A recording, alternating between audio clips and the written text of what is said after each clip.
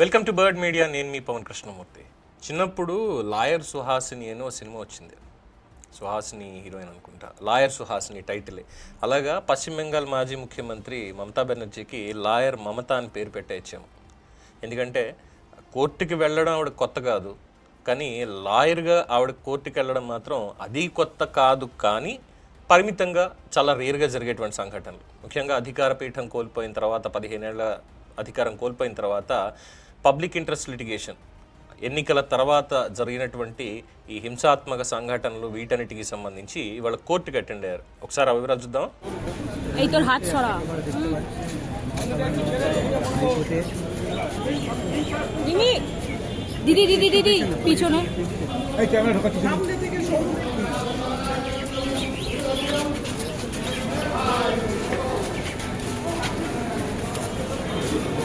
చూసారుగా.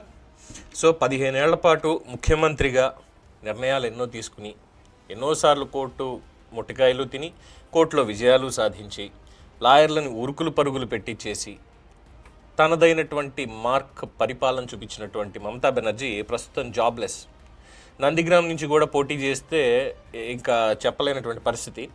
సో అక్కడ కూడా స్కోప్ లేదంటున్నారు. అందువల్ల ఎమ్మెల్యేగా ఎన్నికయ్యి మళ్ళీ అసెంబ్లీకి వెళ్ళాల్సినటువంటి ఛాన్స్ ఎలాగో ఆవిడకి లేదు. పార్టీ అధినేతగా పార్టీ ఆఫీస్లో కూర్చొని మిగతా ఎమ్మెల్యేలకి దిశానిర్దేశం చేయడమే. అభిషేక్ బెనర్జీ లాంటి వాళ్ళకి, మిగతా వాళ్ళకి చెప్పి అసెంబ్లీలో మీరు ఇచ్చేయండి అని చెప్పుకోవాలి తప్ప ఇంకా వేరే అవకాశం ఆవిడకి లేదు.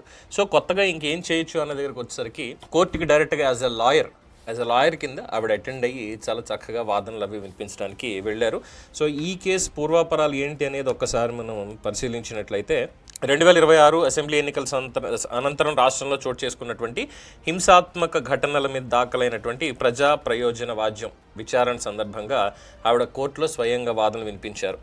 కలకత్తా హైకోర్టు ప్రధాన న్యాయమూర్తి జస్టిస్ సుజోయ్ పాల్ నేతృత్వంలో ధర్మాసనం ముందు మమతా బెనర్జీ నల్లకోటు ధరించి హాజరవడం రాజకీయంగా ప్రస్తుతం చర్చనీయాంశం అవుతోంది.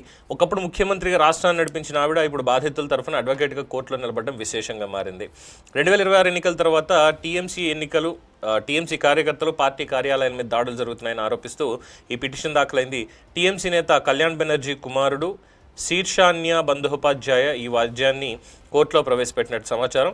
రాష్ట్రంలో శాంతి భద్రతల పరిస్థితిపై ఆందోళన వ్యక్తం చేసిన మమతా బెనర్జీ, బెంగాల్ బుల్డోజర్ రాష్ట్రం కాదు, ఇక్కడి ప్రజలను రక్షించండి అంటూ ధర్మాసనాన్ని కోరినట్టుగా తెలుస్తోంది.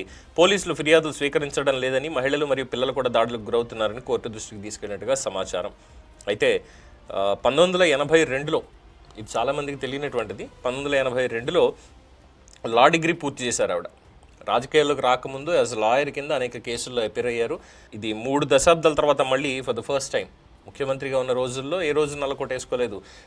రాజకీయాల్లోకి రాకముందు మాత్రం ఆవిడ వేసుకునే ఉన్నారు, ప్రాక్టీస్ చేశారు. దాదాపు 3 దశాబ్దాల తర్వాత ఇప్పుడు మళ్ళీ లాయర్గా నల్లకోట వేసుకుని వచ్చారు.